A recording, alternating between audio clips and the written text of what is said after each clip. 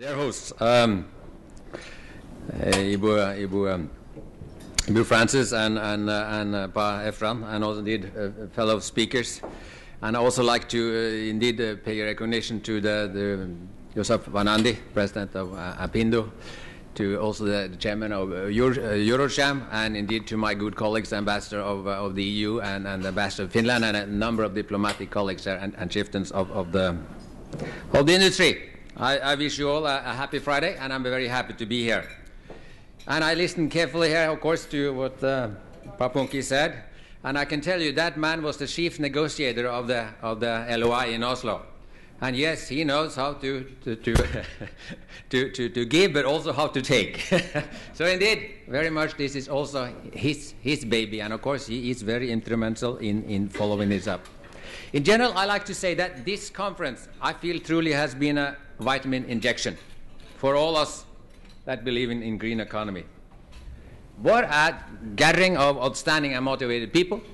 And indeed also here that was established in Indonesia Business Council for Sustainable Development, and also here the speeches for President Yudhoyono and Helen Clark and a number of others. I learned a lot, I'm sure you have too, and most of all that spirit.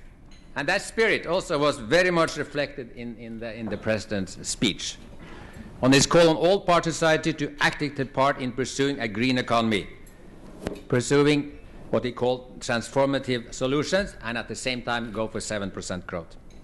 I was encouraged by his clear statement that there is sufficient degraded land available for economic production, including what he said, the future growth of palm oil and forestry. And through this economic corridor framework, Indonesia's new roadmap for sustainable growth, there will also be new policies and incentive in this regard. I think this is very good news for business. I also like to step back a little bit in time. Almost 1 year now in Oslo, when President Yudhoyono and Prime Minister Stoltenberg signed the letter of intent on forest and climate change. The rationale behind the signing, from our side on that, the rationale behind the LOI on our part, then and now, it is to assist Indonesia in meeting its commitment and its ambitions for climate change mitigation, and indeed support the global leadership role of Indonesia in this area.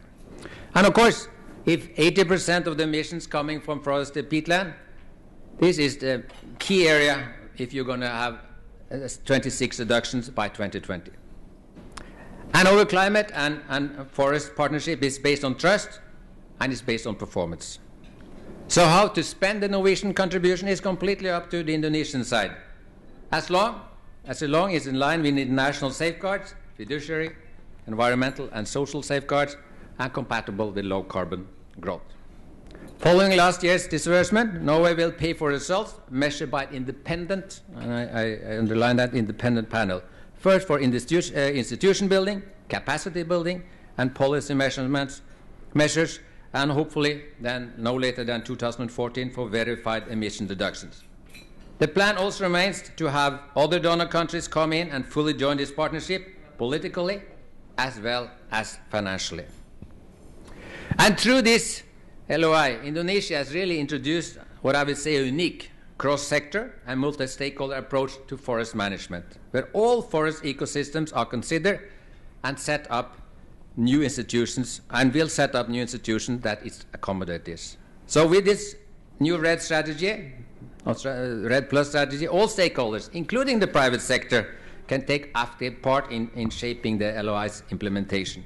And with the pilot province, Central Kalimantan, as well as the network of 8 other main forestry provinces, this strategy can actually be tested on the ground before applied nationwide, and maybe also part of this will be applied outside Indonesia. Does the LOI constitute a threat to business, economic growth and employment? No. Besides helping the very planet, I think you have heard through this conference that it will help preserve tremendously valuable biodiversity and create a new, sustainable and equitable model of growth. And it supports addressing issues such as land tenure conflicts and compensation, the use of degraded land, illegal logging and trade in timber, plus what I mentioned, a development REDD Plus strategy and a cross-sector agency for REDD. So that way it aims to increase transparency, predictability, and good governance within the forest and land use area. All this, I believe, is very good news for the business. What we have heard also, and also today by Minister Hatta Rajasa, is that climate change, on the other hand, is the biggest danger to business and economic growth, with man-made natural disasters, unpredictable seasonal changes that will threaten investments and jobs, and also, of course, maybe even more important, is what it will do to the future of agriculture. And then we're really talking about food security in the very fundamental side. So, change, sure, is never easy, but the leaders of Indonesia today will have to battle how to fight climate change and lift millions or more people out of poverty, grow more food without increasing carbon emissions, and provide more energy and turn towards cleaner and more renewable sources at the same time. Business as usual is no longer an option, to quote Helen Clark from yesterday. Is this complex, challenging, and in downside? Sure. But I believe that REDD Plus Task Force, where Punke is a very active member, and where a number of different ministries are getting together, have come far in how to deal with this transformation. And I also believe that the downside will not so much affect the poorest and most marginalized who suffer from the status quo. I believe the downside are thwarted by the upside, and that will materialize not in 20 years from now, but in the near future. On the other hand, of course, economic growth and climate change must go together. Otherwise, it wouldn't be sustainable politically, and I also truly believe it will not be morally acceptable. So, we are talking about establishing a whole new playing field where the winners will be those who first understand the changes, grab the new opportunities, and take active part in shaping our new reality, just like the business people and other people here today are doing. So the joint efforts, government, business, and civil society will have to go together if we're going to go for a low-carbon future in a short time. But I'm confident that the private sector will thrive in this environment, because it's about finding a competitive advantage, the edge that will make your product stand out to climate-conscious consumers and clients.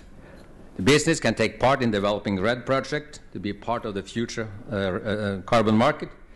And business, I think what you are really best at is to be challenged, because you are the one who find new solutions and you find new businesses. And a business leader like Golden Agri Resources has showed the way by preserving carbon and high conservation value forests with a new approach and monitoring what they are doing.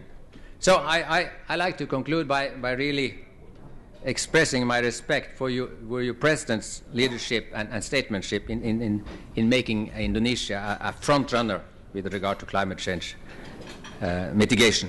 And I truly believe Indonesia will succeed. We're here to support you. We will work with you to have more countries join in, and we will work together with you to establish an international framework setting a whole new value on forests and greenhouse gas reductions. And in all of this, of course, business input, business support will be very important. And this conference has demonstrated that many of you already have taken on such a commitment, and that you are becoming one of the REDD partners. I stop there. Thank you.